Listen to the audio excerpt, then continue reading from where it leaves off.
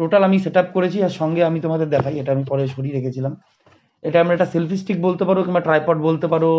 ডিজিটেকে কিনেছি 1100-1200 টাকার মতো নিয়েছে। খুব সুন্দর জিনিস। এটাতে ব্লুটুথ কানেকশানও রয়েছে, এটাতে ওপরে ক্যামেরা কানেক্ট করা যায়, ফোন কানেক্ট করা যায়। এখন আমি সেটাতেই শ্যুট করছি। এছাড়া আমার খুব অসুবিধা হচ্ছিল, কারণ আমি ক্যামেরাটাকে খাটের উপর রেখেছি। খাটের উপর রেখে যাতে আমি খাটের এখানে ক্যামেরা সব জিনিসপত্র রেখে তোমাদের দেখাতে পারি। তো এই জন্য খুবই কাজে দিয়েছে এটা আমার। 1.5 লাখের মধ্যে তোমাদের পুরো সেট আপ কমপ্লিট হয়ে যাবে। সঙ্গে যদি তুমি কিছু নিতেও চাও আলাদা করে নিতে পারবে। এক্সট্রা যদি 2-3টে আরও ব্যাটারি নিতে চাও, ফ্ল্যাশের ব্যাটারি নিতে চাও, এছাড়া যদি তুমি একটা এনডি ফিল্টার কিনতে পারো সঙ্গে, যেমন আমি একটা এনডি ফিল্টার চেয়েছিলাম, কিনতে পারিনি। পরে আমি এটা অনলাইনে কিনবো। এনডি ফিল্টার অবশ্যই কিনবে। এনডি ফিল্টার খুব কাজে দেয় ভিডিওর ক্ষেত্রে।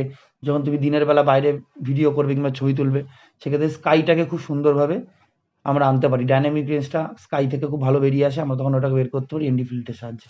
তো আমার যা বলার ছিল আমি বলে দিলাম। এটাই ছিল আজকের ভিডিও। ভিডিওটা ভালো লাগলে অবশ্যই চ্যানেলটাকে সাবস্ক্রাইব করবে। কমেন্টে অবশ্যই বলো যে তোমরা কারা কারা R8 ইউজ করো এবং R8 কিনতে চাইছো। এছাড়া হয়তো এখন DSLR ইউজ করছো, বডি আপডেট করার কথা ভাবছো।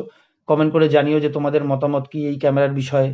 ক্যামেরাটার যেমন ড্রব্যাকগুলো বললাম, ভালোগুলো বললাম, যেমন 4K 60 fps তুমি আনক্রপ শ্যুট করতে পারবে। 1080p করবে, সিলক 3 তুমি পেয়ে যাচ্ছ সঙ্গে।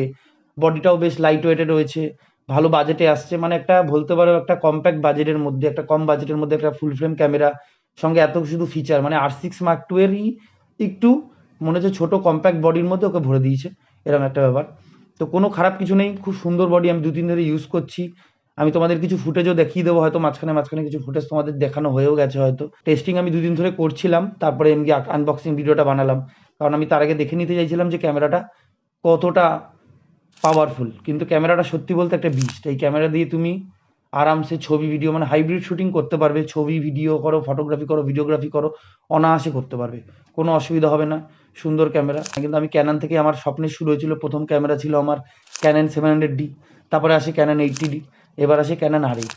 আমি ক্যানন খুব পছন্দ, কারণ ইন্টারফেসটা খুব সুন্দর লাগে, ফোকাসটা আমার খুব ভালো লাগে। জোর করে কোনো বিষয়কে জটিল করে না ওরা। যতটা লাগে ইজি রাখার চেষ্টা করে, যাতে ফটোগ্রাফাররা শেখার চেষ্টাটা করতে পারবে, প্রথমেই ভয় পেয়ে যাবে না। ফটোগ্রাফি যারা শিখতে আসে প্রথম যারা যদি প্রথমে সেটিংস দেখেই ঘাবড়ে যায়, তো তারা ফটোগ্রাফি শুরু করবে কি করে? এটাই হচ্ছে ব্যাপার। আজকে ছিল এটাই আমার ভিডিও। দেখা হচ্ছে পরের ভিডিওতে। বাই।